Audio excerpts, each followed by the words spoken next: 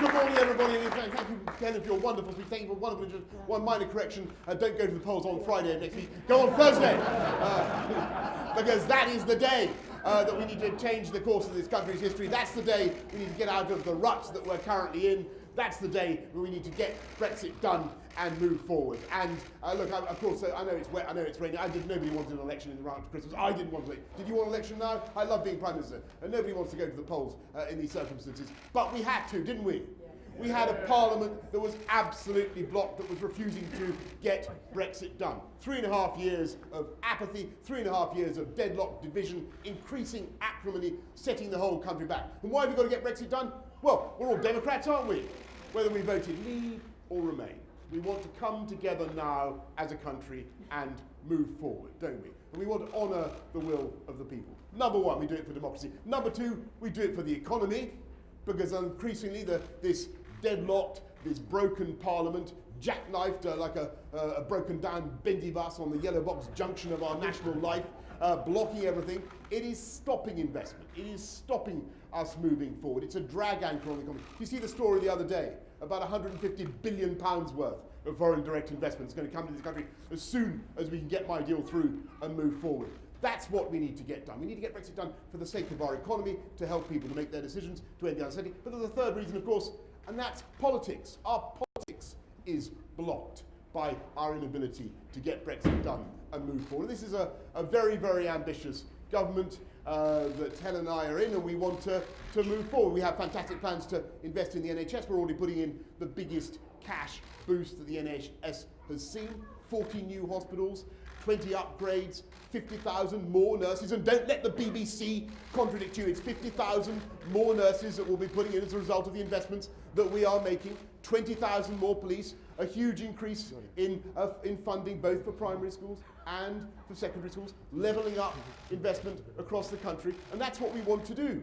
We are a one-nation Conservative Party. We believe that there is talent and genius distributed evenly across the whole of this amazing United Kingdom, but we think that opportunity is unfairly distributed. And as Conservatives, we want to give every child in this country the opportunity to make the most of their talents. And that's why we're increasing funding in education. That's why we're putting in fantastic infrastructure. A huge infrastructure revolution will be taking place if we can get Brexit done and get on with government. That's why we're putting in high technology across the country, gigabit broadband, 5G, 6G technology that we will be putting in. That is the opportunity to get on with this national agenda. And we can, can't we?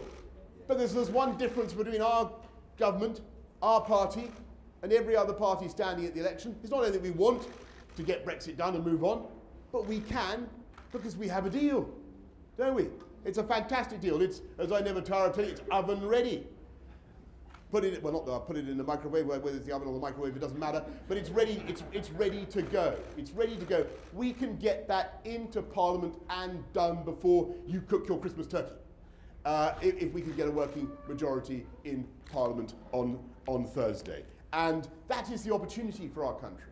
It's a fantastically exciting moment for the UK to move forward. And what is the alternative? What is Jeremy Corbyn offering?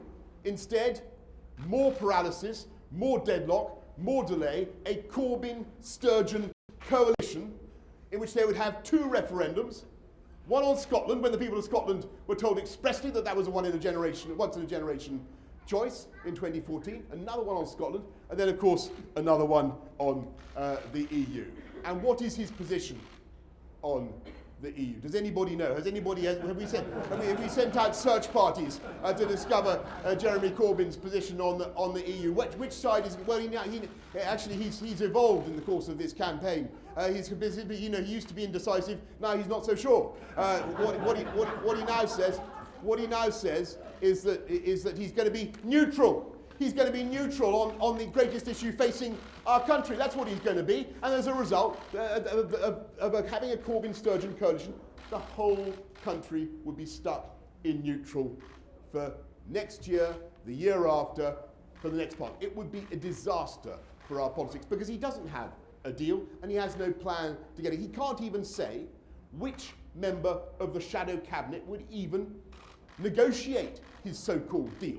Because Keir Starmer, who I think is his shadow Brexit secretary, made it very clear that just this morning at the Labour press conference that he's going to campaign for Remain. So who's going to negotiate this deal? Jeremy Corbyn's neutral on it. Who believes in it? Nobody. The country will be put through another year of agony, chaos and confusion, holding the economy back, holding this whole country back. So the choice is very clear, everybody, isn't it? Go for a one-nation Conservative Party that will take this country forward. And we, by the way, we back the police. We believe in investing in 20,000 more police officers, supporting them when they do stop and search. We want to have longer sentences for serious and violent criminals. We want terrorists to serve their full term in jail. Jeremy Corbyn and the Labour Party oppose that. We back our armed services. Jeremy Corbyn actually wants to disband our armed services. We back MI5 to keep us safe. John McDonnell has said he would like to scrap MI5. We back the NATO alliance that has kept this country safe and kept 1 billion people around the world, and now keeps 1 billion people around the world safe. Jeremy Corbyn has actually said that he wants to disband NATO. We back business. We back small businesses. We back businesses in this country. And that's why we're cutting business rates. That's why we're cutting national insurance for 31 million people in this country. Jeremy Corbyn and the Labour Party actively say, these are the words of John McDonnell, that he wants to foment the overthrow of the whole capitalist system. And that is what they would do. And by the way, the consequences for everybody would be disastrous. Their tax bill, it's not just that they would put up interest rates so that everybody's mortgages were hit. Everybody was paying more for the cost of their mortgage as a result of their borrowing. But they would put up taxes for people on incomes as low as £20,000 a year to the tune of £1,000 more in tax. That is the consequence of Corbynomics. Never forget that the Labour Party always end up with an economic crisis. It's what happened in 2010. This lot would start with an economic crisis. Let's give that madness a miss, everybody. Let's not go down that way. Let's get Brexit done and take this country forward. And that's the choice. It's a choice between chaos and confusion under Jeremy Corbyn and the Labour Party, puppeteered, supported by Nicola Sturgeon, or else a one-nation Conservative government taking this country forward. I know what I want for Christmas. I hope that you agree. Let's go forward. 6 days' time. Let's get it done. Thank you all very much for coming on this morning. And let's get this country.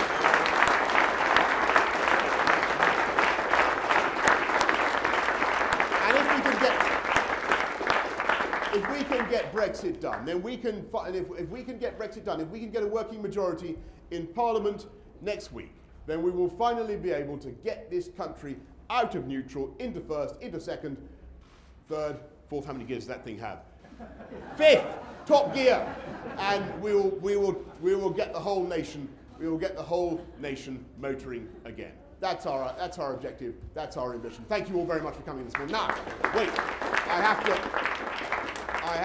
have to take some questions from the media, which is a joy. I don't think there's ever been an election campaign in which the Prime Minister has responded so joyfully to questions from the media. I'm going to go first to Ben Wright of the BBC. Ben? Laura. Ben and I are always in joyful harmony. Thank you very much, Mr. Johnson. You say you want to get the country into the right gear, but the former leader of your party thinks you're in the wrong gear. What do you say to the former Conservative Prime Minister who doesn't think that voters should back you this time? Well, I think it's very sad, and I think that he's wrong, and I think that he represents a view that is outdated, alas. Greatly though I respect him and his record, and I think that what we need to do now is honour the will of the people and get Brexit done. And it's very, very simple. And I just return, Laura, to the three reasons. It's about democracy. It's about honouring, and it's fundamental. That's, people go on and on about, trust and belief in politics. Well, actually, that is the key issue at this election. It's only if we get Brexit done that we can restore trust in politics. Number two, it's about the economy. The current confusion is a drag anchor on our progress as a country. We can do it. We can move forward. And it's also, of course, about what we want to do as a one-nation Conservative government. So for all those reasons, I must respectfully disagree with my illustrious predecessor and urge people on Thursday, come on, let's get this thing done and vote Conservative. Wait a minute. I got a list. Paul. Thank you, Prime Minister. I want to read to you from the leaked Treasury document today that Labour's putting around, which details the impact on Northern Ireland of your Brexit deal. Customs checks, yes. Rules of origin checks, yes. Regulatory checks, yes. You told Northern Ireland businesses earlier in this election campaign they could put those forms in the bin. So who are they supposed to believe here? Well, I haven't seen the document you're referring to, but that's complete nonsense. And what I can tell you is that with the deal that we have, we can come out as one whole UK, England, Scotland, Wales, Northern Ireland, together. We can do free trade deals together. We can take back control of our money, our borders, our laws. We can have our own immigration system. And again, you look at the Jeremy Corbyn's proposed deal. Under no circumstances is he or his colleagues going to take back control of immigration. They would have unlimited, uncontrolled immigration on any view of their proposals. As everybody knows, I've always been in favour of us being open to people of talent to come to this country. I don't think it's sensible to slam down slam up the drawbridge, slam down, slam up the drawbridge. I think you've got to remain accessible to talent, but we should have it democratically controlled, shouldn't we? And that's why people want us to get on with Brexit. So let's get it done. And it's quite staggering, by the way, as I say, that Mr. Starmer is not willing. He's meant to be negotiating this Brexit deal, right? Does anybody understand this? He's supposed to be negotiating Labour's new Brexit deal, but he's going to campaign for Remain. I mean, what on earth do they think they are doing? How can they put the country through that kind of satirical waste of time, a waste of money, and a deadlock, division, and confusion? I'm going to go now to Kate McCann, Sky News. Thanks. Prime Minister, I just want to go back to that Northern Ireland document, the Treasury document, because it's been produced by your own government. You were asked at the start of this campaign and you said no checks, no extra details for Northern Ireland exports whatsoever. But this document says the exact opposite. It's produced by your civil servants in your Treasury. Well, so are you now saying that the voters of this country shouldn't trust your government and they should believe you instead? They should believe exactly what I say, which is there will be no checks on goods going from GB to NI, from NI to GB, because we are going to come out of the EU whole and entire, and that was the objective that we secured. And by the way, it is a vast improvement on the original proposal, which would indeed have carved out Northern Ireland and kept it in the EU for all sorts of purposes, and we're able to do a fantastic deal for our country. And now is the time to seize it. And if there are any, by the way, one of the great benefits of the deal that we've done is if there's any particular that the people of Northern Ireland don't like, then of course they are all those provisions automatically elapse in 4 years' time. But if there's anything that they don't like, then they can vote to stay in alignment with the EU for those purposes. But it is a fantastic deal that allows us to get out as a whole country and move on. And the great virtue of our deal, of the thing that we've done, is that it ends the wrangling and the bitterness in Parliament, and we move on. Every one of the 635 candidates standing, or 600 and something, 30 something candidates, something else, I think it's more than 630, standing at this election has approved our deal. And that's in stark contrast to the Labour Party, where I think at least 100 of their candidates say that they want to back Remain. So, you know, if you want to get this thing done, if you want the country to move forward, you've got to vote Conservative. And I'm going to go to George Parker. Prime Minister, some people say that we're living in a post-truth age, and I'd like to go back to the Northern Ireland question. You just said there will be no checks on goods going from GB to Northern Ireland under the deal you struck with the EU. Either you don't know the detail of your policy or you're lying. Which is it? Well, George, you know perfectly well that goods going from NI-GB, GB-NI will have no checks. The only checks will be for goods that are going via NI into Ireland. Everybody understands that, and that's how we avoid a hard border between Ireland and Northern Ireland. That's a fantastic thing that we've achieved. It's a great deal. Labour has no deal.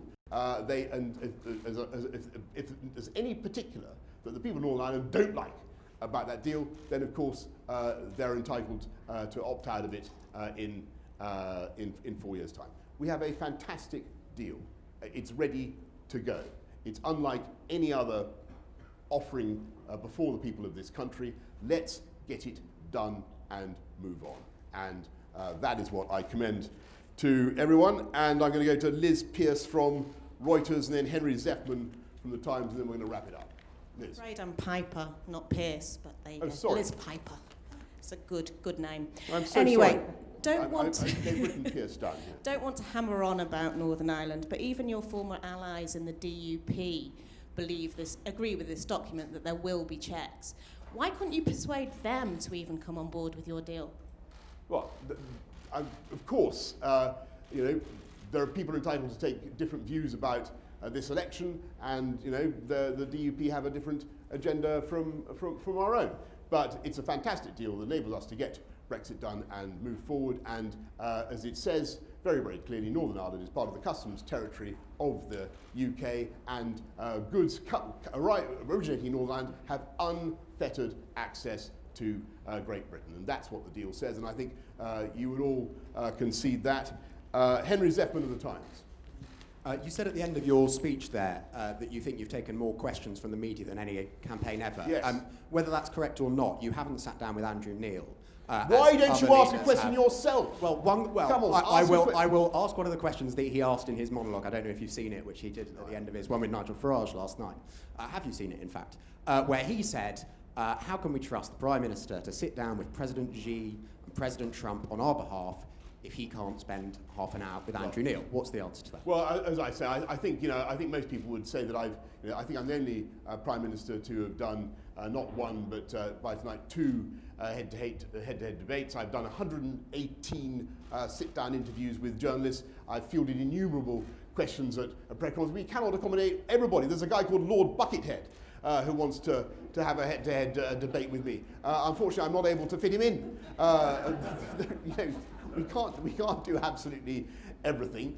And on the substantive point that you make, which is about trust in this in politics and this election, the issue before the country is after 3.5 years, politicians of all parties are held in low esteem because they have refused to get on and deliver on the mandate of the people.